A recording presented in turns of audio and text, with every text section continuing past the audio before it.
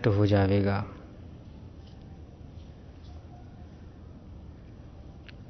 वशिष्ठ जी बोले, हे राम जी,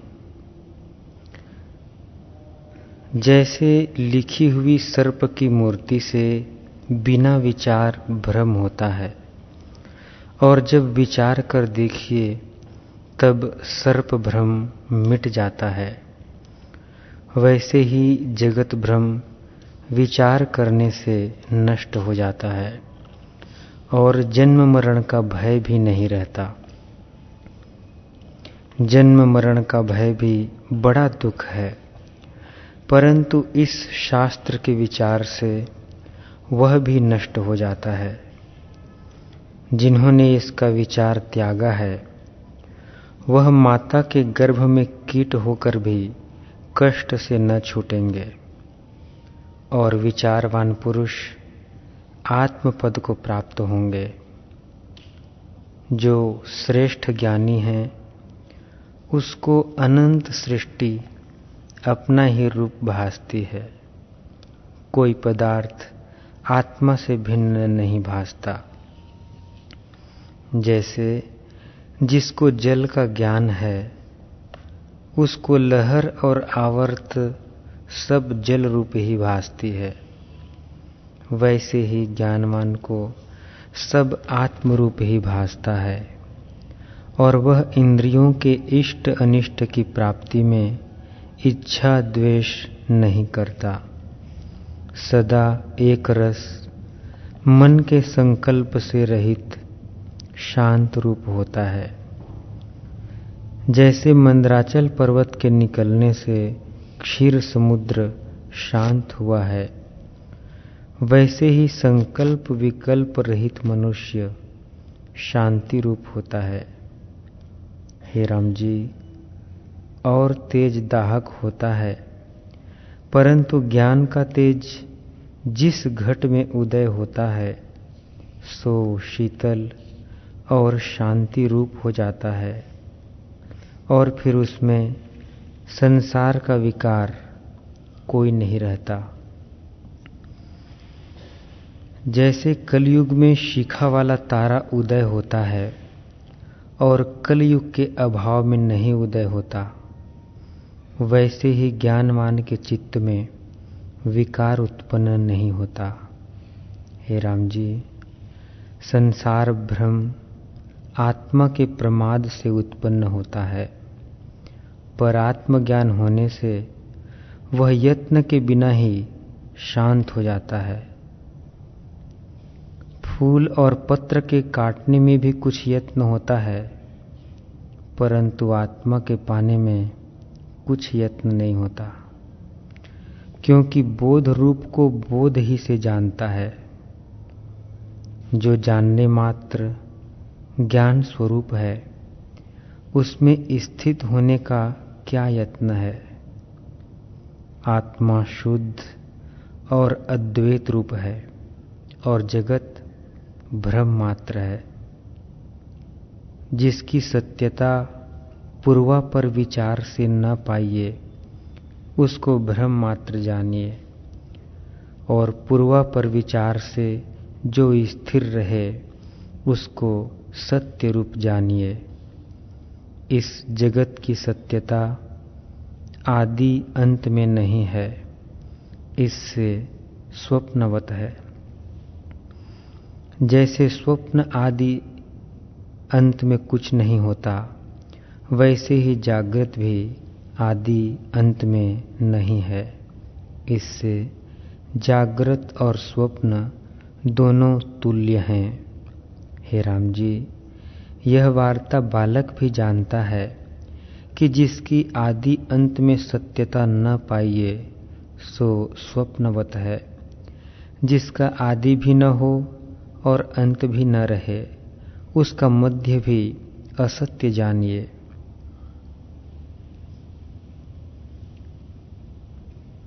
हे राम जी, जगत साकार और आत्मा निराकार है। इस जगत का दृष्टांत जो आत्मा में देंगे उसका तुमको एक अंश ग्रहण करना चाहिए। जैसे स्वप्न की सृष्टि का पूर्व अपर भाव आत्मा है, क्योंकि अकारण है, और मध्य भाव का दृष्टांत नहीं मिलता, क्योंकि उपमेय अकारण है, तो उसका इसके समान दृष्टांत क्यों कर हो।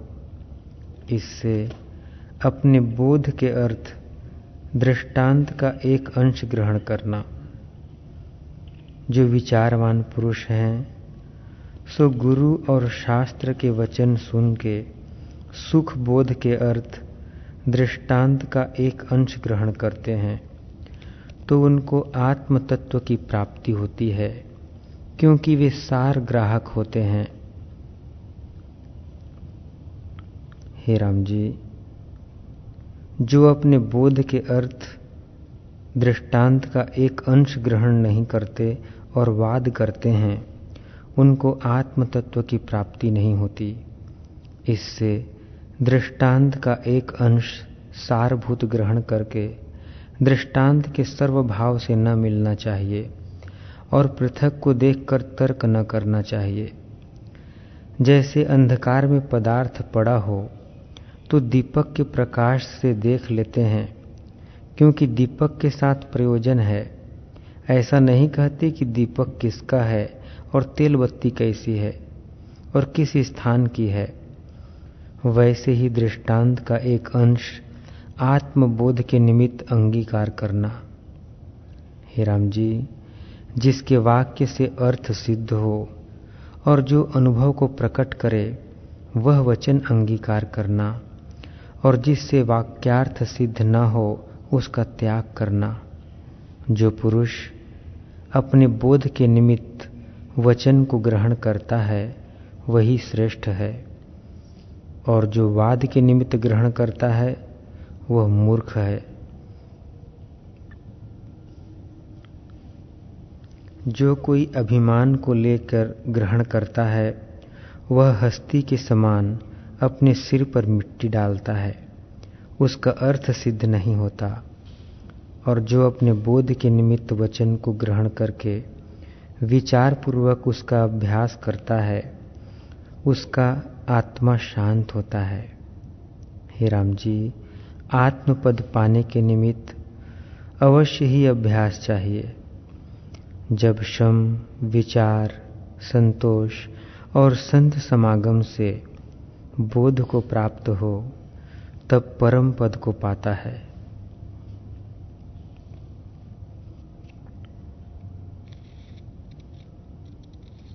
श्रेष्ठ पुरुष अपने बोध के निमित्त सार को ही ग्रहण करते हैं। जैसे क्षुधार्थी को चावल पाक प्राप्त हो तो भोजन करने का प्रयोजन है, वैसे ही जिज्ञासु को भी यही चाहिए कि अपने बोध के निमित्त सार को ग्रहण करके वाद न करे, क्योंकि उसकी उत्पत्ति और स्थिति का वाद करना व्यर्थ है। हे राम जी, वाक्य वही है जो अनुभव को प्रकट करे, और जो अनुभव को न प्रकट करे उसका त्याग करना चाहिए। कदाचित स्त्री का वाक्य आत्म अनुभव को प्रत्यक्ष करने वाला हो तो उसको भी ग्रहण करना चाहिए, और जो परम गुरु के तथा वेद वाक्य भी हों और अनुभव को प्रकट न करे तो उनका त्याग करना चाहिए। जब तक विश्राम न पावे तब तक विचार करना चाहिए। विश्राम का नाम तुरीय पद है। जैसे मंदराचल पर्वत की क्षोभ से क्षीर समुद्र शांत हुआ था, वैसे ही विश्राम की प्राप्ति होने से अक्षय शांति होती है। हे राम जी, तुरीय पद संयुक्त पुरुष को श्रुति स्मृति उक्त कर्मों के करने से कुछ प्रयोजन सिद्ध नहीं होता, और न करने से कुछ प्रत्यवाय नहीं होता। वह सदेह हो चाहे विदेह हो, गृहस्थ हो चाहे विरक्त हो, उसको कुछ नहीं करना है। वह पुरुष संसार समुद्र से पार ही है। हे राम जी, उपमेय की उपमा एक अंश से ग्रहण कर जानता है, तब बोध की प्राप्ति होती है और बोध के बिना मुक्ति को प्राप्त नहीं होता। वह केवल व्यर्थ वाद करता है। जिसके घट में शुद्धि स्वरूप आत्मसत्ता विराजमान है, वह जो उसको त्याग कर और विकल्प उठाता है, तो वह चोग चंचू और मूर्ख है। हे राम जी, प्रत्यक्ष प्रमाण मानने योग्य है, क्योंकि अनुमान और अर्थापत्ति आदि प्रमाणों से उसकी सत्ता ही प्रकट होती है। जैसे सब नदियों का अधिष्ठान समुद्र है, वैसे ही सब प्रमाणों का अधिष्ठान प्रत्यक्ष प्रमाण है। वह प्रत्यक्ष क्या है, सो सुनिए। चक्षुजन्य ज्ञान सम्मित संवेदन है। जो उस चक्षु से विद्यमान होता है, उसका नाम प्रत्यक्ष प्रमाण है। उन प्रमाणों को विषय करने वाला जीव है। अपने वास्तव स्वरूप के अज्ञान से अनात्मा रूपी दृश्य बना है। उसमें अहम कृति से अभिमान हुआ है और अभिमान ही से सब दृश्य होता है। उससे हेयोपादेय बुद्धि होती है, जिससे राग द्वेष करके जलता है और आपको कर्ता मानकर बहिर्मुख हुआ भटकता है। हे राम जी, जब विचार करके संवेदन अंतर्मुखी हो, तब आत्मपद प्रत्यक्ष होकर निज भाव को प्राप्त होता है और फिर प्रक्षिण्ण भाव नहीं रहता, शुद्ध शांति को प्राप्त होता है। जैसे स्वप्न से जगकर स्वप्न का शरीर और दृश्य भ्रम नष्ट हो जाता है, वैसे ही आत्मा के प्रत्यक्ष होने से सब भ्रम मिट जाता है और शुद्ध आत्मसत्ता भासती है। हे राम जी, यह दृश्य और दृष्टा दोनों मिथ्या है।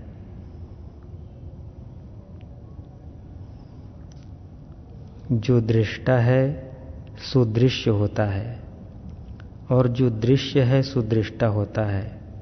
यह भ्रम मिथ्या आकाश रूप है। जैसे पवन में स्पंद शक्ति रहती है, वैसे ही आत्मा में संवेदन रहती है। जब संवेदन स्पंद रूप होती है, तब दृश्य रूप होकर स्थित होती है। जैसे स्वप्न में अनुभव सत्ता दृश्य रूप होकर स्थित होती है, वैसे ही यह दृश्य है। सब आत्मसत्ता ही है। ऐसा विचार करके आत्मपद को प्राप्त हो जाओ। और जो ऐसा विचार करके आत्मपद को प्राप्त न हो सको, तो अहंकार का जो उल्लेख फुरता है, उसका अभाव करो। पीछे जो शेष रहेगा सो शुद्ध बोध आत्मसत्ता है। जब तुम शुद्ध बोध को प्राप्त होगे, तब ऐसी चेष्टा होगी जैसे यंत्र की पुतली संवेदन बिना चेष्टा करती है।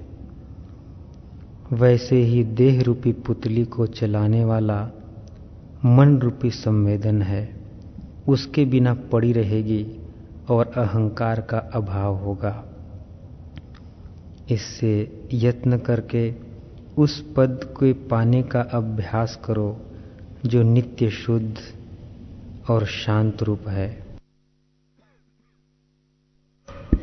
हे राम जी, दैव शब्द को त्याग कर अपना पुरुषार्थ करो और आत्मपद को प्राप्त हो। जो कोई पुरुषार्थ में सूरमा है, सो आत्मपद को प्राप्त होता है, और जो नीच पुरुषार्थ का आश्रय करता है, सो संसार समुद्र में डूबता है। हे राम जी, जब सत्संग करके मनुष्य शुद्ध बुद्धि करे, तब आत्मपद पाने को समर्थ होता है। प्रथम सत्संग यह है कि जिसकी चेष्टा शास्त्र के अनुसार हो, उसका संग करे और उसके गुणों को हृदय में धरे। हे राम जी, जैसे समुद्र अपनी द्रवता के स्वभाव से तरंग रूप होकर भासता है, परंतु तरंग कुछ और वस्तु नहीं है, जल रूप ही है, वैसे ही ब्रह्म सत्ता जगत रूप होकर फूरती है। जो जगत कोई भिन्न पदार्थ नहीं है, ब्रह्म सत्ता ही किंचन द्वारा ऐसे भासती है। हे राम जी, आत्मा में कुछ उपजा नहीं, भ्रम से भास रहा है।